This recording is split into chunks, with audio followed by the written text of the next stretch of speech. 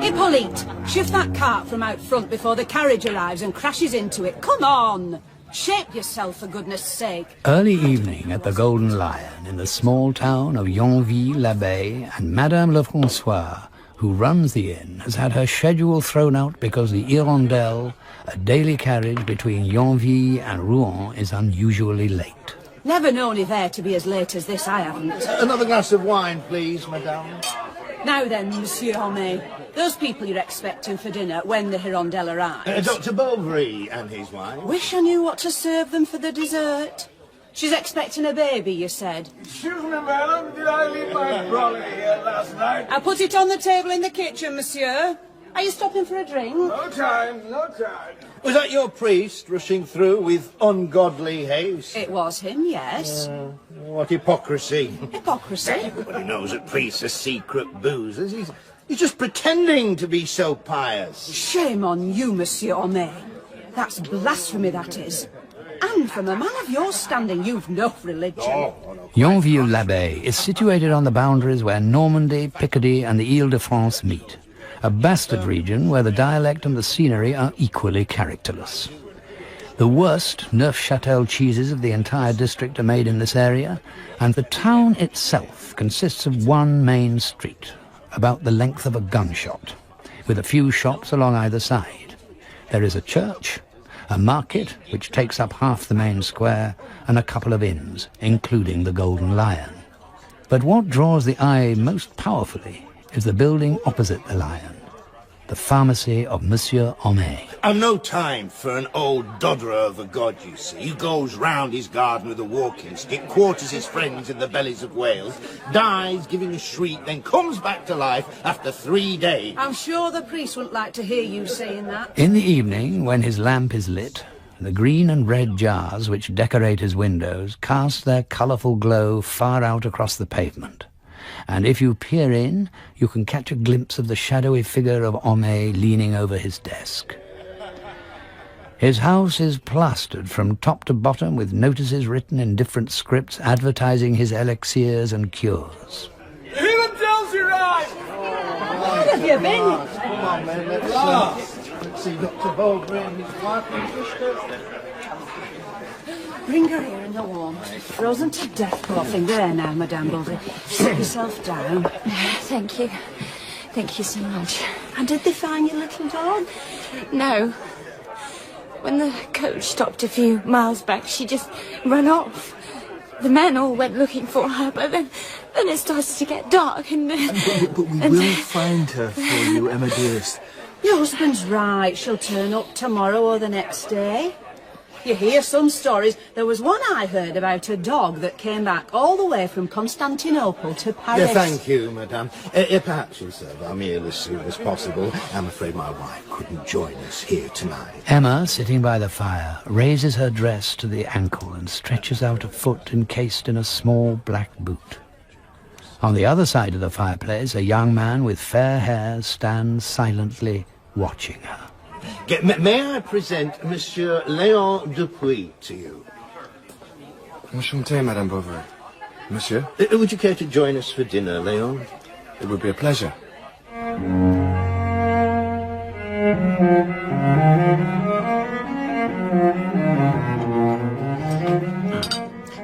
The practice of medicine is not particularly arduous in our area, Dr. Bovary. Apart from the usual cases of enteritis, bronchitis, biliousness, etc., we have a few cases of marsh fever. Are there some pleasant walks round here, Monsieur Dupuis? Very few, I'm afraid. But there's a place up on the hill at the edge of the forest. I sometimes go there on a Sunday and take a book and stay to watch the sunset. Oh, there's nothing as wonderful as the sunset, particularly by the sea. Oh, I adore the sea. It always seems to me that the mind takes wing more freely in boundless expanses. Mountain scenery has the same effect. A cousin of mine went to Switzerland last year, and he told me that no one can have any idea of the poetry of its lakes and waterfalls, or the vast proportions of its glaciers. Such spectacles must surely inspire feelings of rapture. However, the climate is not, in point of fact, a bad one. And we even number some nonagenarians among our inhabitants. Is that really so? What is your favourite music? German. It sets one dreaming. Have you seen any Italian operas? No, not yet. But next year I will, when I'm in Paris to finish my law. Do you play an instrument? The piano. You? Unfortunately not. No, don't listen to him, Madame Bovary. It's false modesty.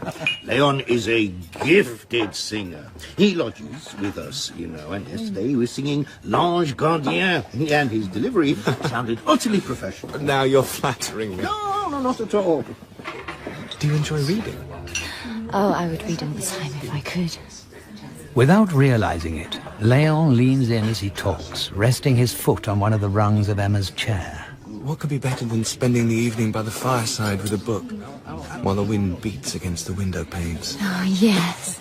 Nowadays, what really absorbs me are stories that frighten you and keep you turning the pages with strong characters. Indeed. And works that move the heart. Meanwhile, Homais regales Charles with the names and histories of the principal citizens of Yonville, until suddenly 2.5 hours have passed. Good heavens, I didn't realise it was so late. My dear, if you are ready, I think we should go to our new house. Felicite will have finished preparing it by now. Au revoir, madame. I hope we meet again very soon. Allow me to escort you both. You're only about 50 yards away.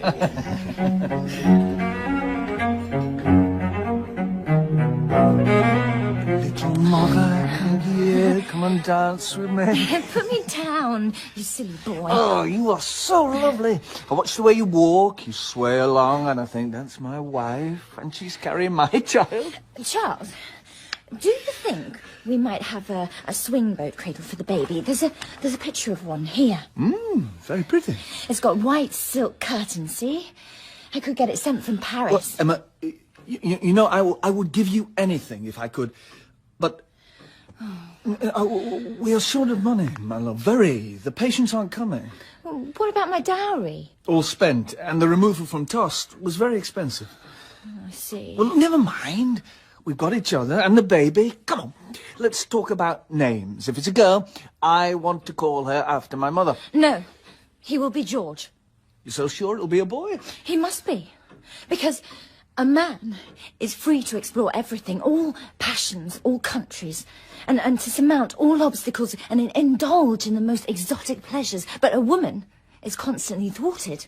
Always there is a desire inviting her on, and always convention holding her back. Oh, I say, Emma. My son will be strong and dark. To go!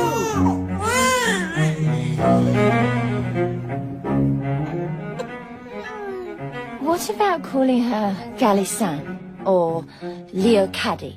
Not so sure, my love. So something Italian then, ending in A. Clara or Louisa, Atala. What do you think, Conrad? Yeah, Monsieur Leon said the other day he was surprised you hadn't chosen Madeleine, which is so very fashionable. Wait. I think I've got it. Do you remember the ball at the chateau? That beautiful, wonderful night. Seems so long ago now. I heard the Marquis address a young woman as Bertha. Bertha? Quite like that. Me now, I like names that recall glorious deeds or noble ideas. Atali and Irma. No. She shall be called Bertha. A wet nurse was found for Bertha in the village. Mère Rollet, the carpenter's wife. Your baby's in the cradle, over there. She stands at the door, holding a nursing infant at her breast. With the other arm, she drags along a frail little chap with sores all over his face, the son of a Rouault knitted goods merchant whose parents, too involved with their business, have left him to board in the country. Emma enters the room, which has a big, uncurtained bed standing against the back wall. Come on, my darling. Come to Maman, then.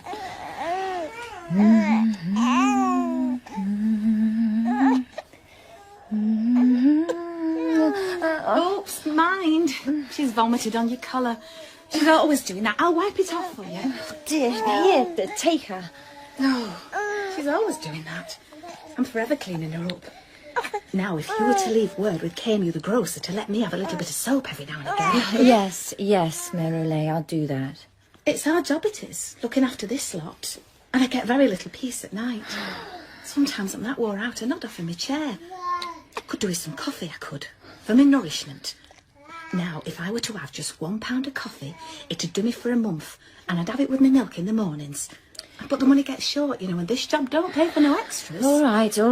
I'll tell the grocer. Oh, thank you, madam. Thank you so much for that. But what now? Well, there's my husband. What about him? Oh, I'm afraid he'll not be too pleased seeing me drinking coffee. If you could spare a little jug of brandy... Oh, I'll rub your little one's feet in it. Yes, you can have it. And also... No, now that's enough.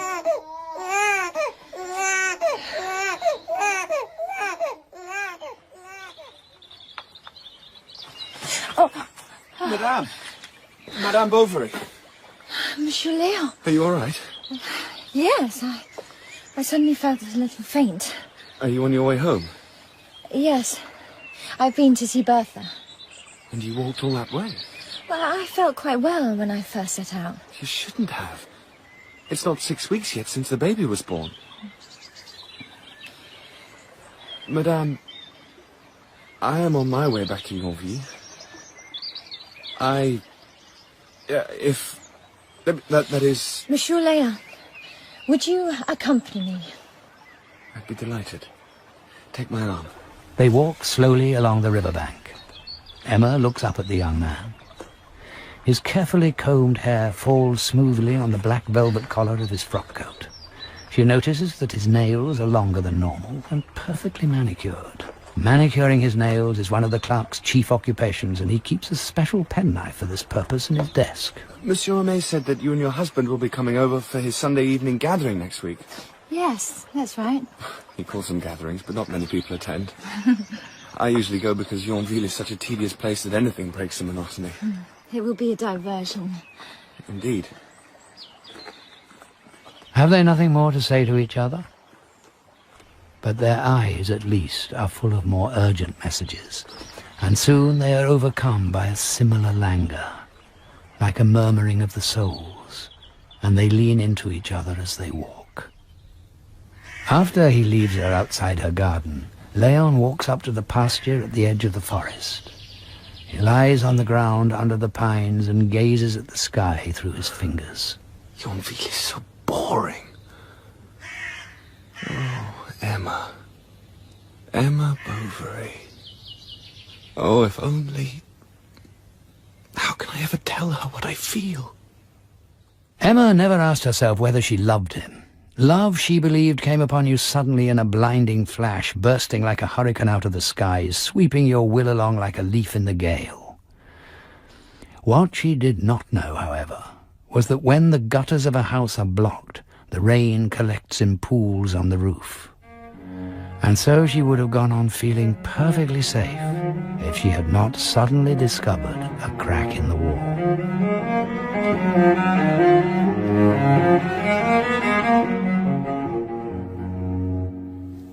And with Léon clearly deeply enchanted, will anything come from their infatuation?